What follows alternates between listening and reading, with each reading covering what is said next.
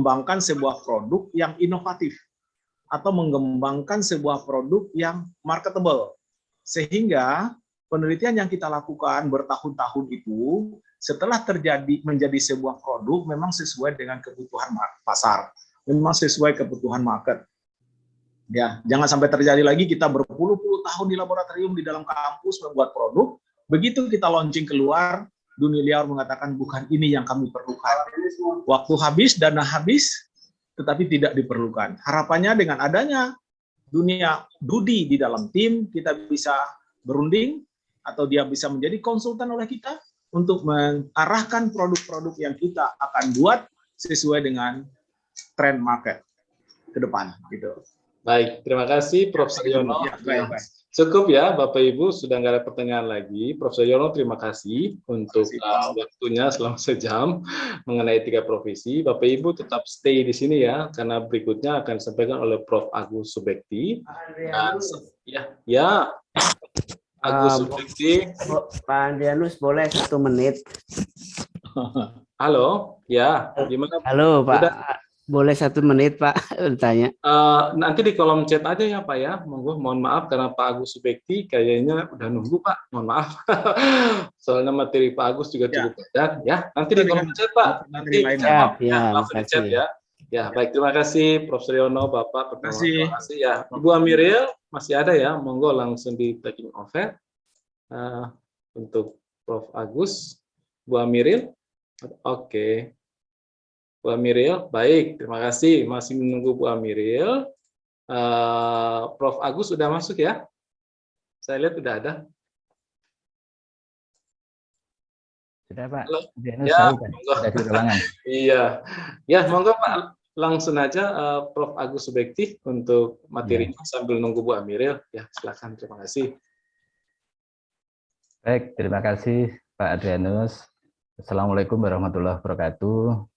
Waalaikumsalam warahmatullahi wabarakatuh. Selamat pagi ya di bagian barat, mungkin teman-teman di bagian timur sudah masuk waktu sholat asar, ini sudah ada yang menyampaikan lewat chat ini. Baik, Bapak Ibu, pada sesi ini kita akan sedikit melihat kembali acuan riset nasional yang saat ini masih kita berlakukan, dan nanti kaitannya dengan standar nasional penelitian yang juga nanti akan banyak kita gunakan sebagai acuan dalam mengelola penelitian kita, sekaligus juga nanti akan diteruskan oleh Pak Derajat terkait dengan apa yang dituangkan dalam SNDikti, Standar Nasional Penelitian ya, yang juga terkait dengan skema-skema penelitian kita. Saya share screen dulu.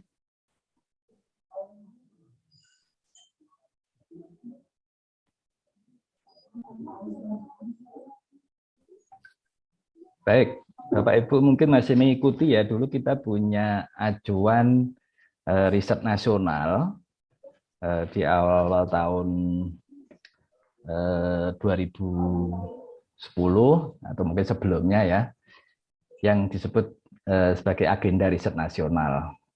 Jadi kalau kita ikuti waktu itu memang perguruan tinggi juga menggunakan acuan pengembangan risetnya berdasarkan agenda riset nasional itu.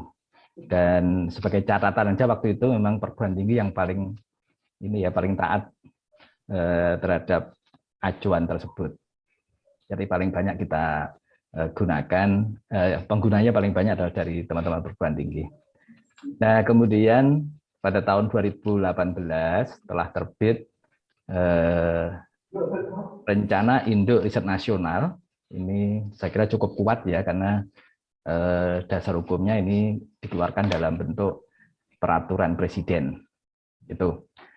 Tapi di sisi lain Bapak Ibu, mulai tahun 2012 dengan adanya Undang-Undang Nomor 12 tahun 2012 itu ada amanah untuk kita punya yang namanya standar nasional penelitian. Dan dua produk kebijakan ini sampai saat ini kita acu dalam mengelola penelitian kita dan kita tuangkan dan kita adopsi di buku panduan kita. Jadi ada banyak hal yang mestinya kita harus paham tentang dua ketentuan kebijakan ini.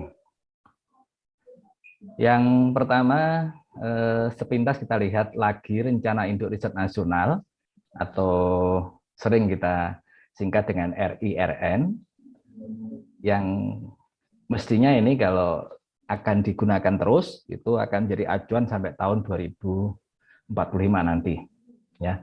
Tapi dengan adanya kebijakan kelembagaan penelitian, ya kita tunggu aja nanti apakah memang RIRN ini akan kita acu terus atau mungkin ada kebijakan nasional yang baru. Nah, kebetulan saya juga mengikuti bagaimana kebijakan yang dituangkan dalam RIRN ini dilahirkan.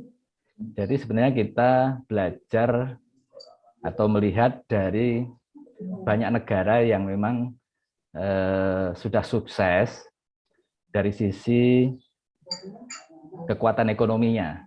Ya, jadi yang banyak diaju itu tetangga kita Korea Selatan.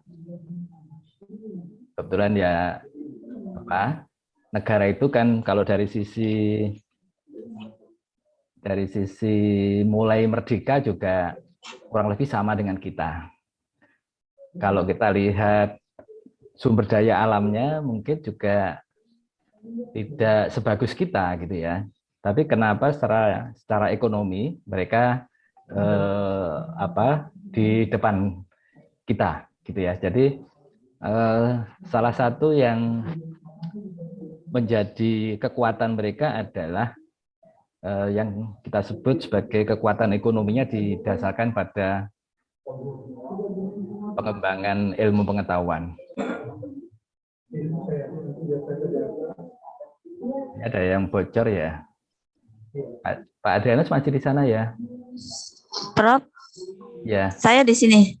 Ya, kayaknya ada suara-suara yang bocor ya. Atau mungkin teman-teman ada yang belum di-mute ya. Sebentar saya cek yang di ruangan. Ya. Bu Amirul sudah masuk ya ini Bu Amirul ya? Sudah, Prof. Oke.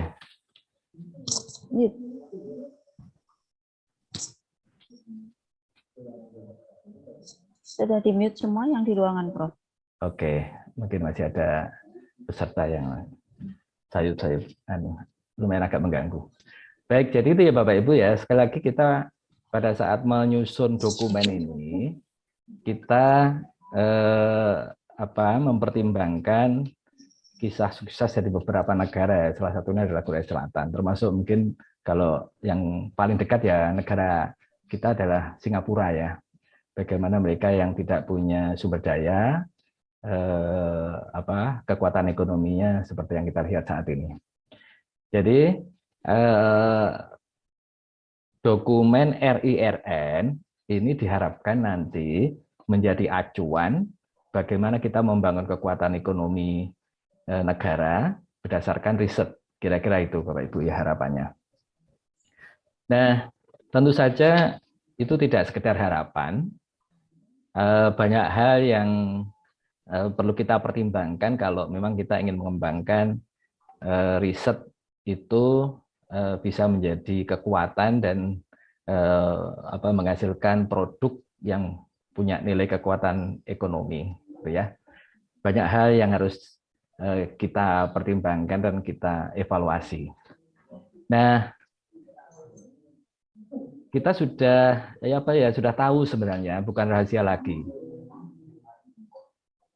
Kalau anggaran riset kita, walaupun pernah Pak Presiden waktu itu menyindir kita semua, anggarannya riset tiap tahun sekian triliun, hasilnya apa? Itu pertanyaan waktu itu ya.